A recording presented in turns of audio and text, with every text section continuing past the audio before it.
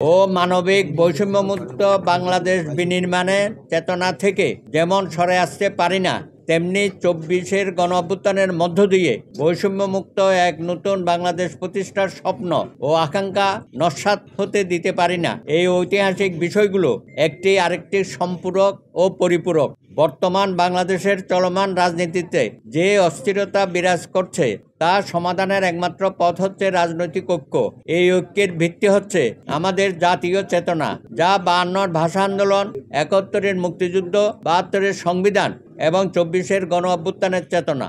আজ সময়ের প্রয়োজনে জন আকাঙ্ক্ষা পূরণে সংবিধান সংশোধন কিংবা যুগোপযোগী করা রাষ্ট্রের একটি চলমান প্রক্রিয়া, কিন্তু মুক্তিযুদ্ধের অর্জিত ও মীমাংসিত বিষয়গুলোকে প্রশ্নবিদ্ধ করা হলে তা আমাদের অগ্রসরমান বাংলাদেশ প্রতিষ্ঠা বাধাগ্রস্ত করবে। এই ব্যাপারে আমাদের সকলের দায়িত্বশীল হওয়া কর্তব্য। বিগত বছরগুলোতে রাষ্ট্রের গণতান্ত্রিক প্রতিষ্ঠানগুলো নির্লজ্জভাবে দলীয়করণের ফলে প্রায় অকার্যকর হয়ে পড়েছিল।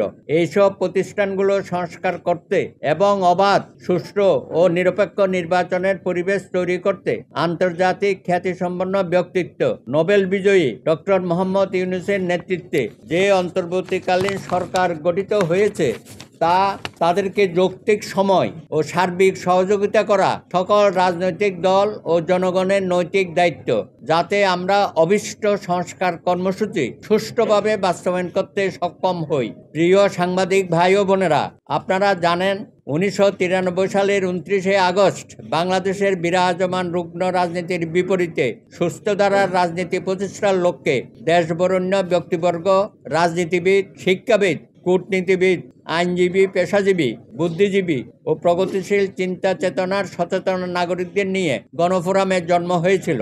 আমি বিগত প্রায় ৩০ বছর ধরে গণফোরামের সভাপতি হিসাবে দায়িত্ব পালন করেছি। গত নভেম্বর ২০২৪ জাতীয় কাউন্সিলের মধ্য দিয়ে আজ গণফোরামের নবগঠিত কেন্দ্রীয় কমিটি ঘোষণা করা হলো।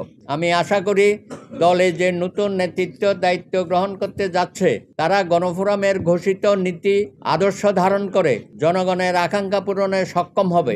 এই জন্য নবগঠিত কমিটি গণতন্ত্র মনা সকল রাজনৈতিক দল, ব্যক্তি ও নাগরিক সমাজের মধ্যে ঐক্য গড়ে তুলবে। সবাইকে অসংখ্য ধন্যবাদ। ডক্টর কামাল হোসেন।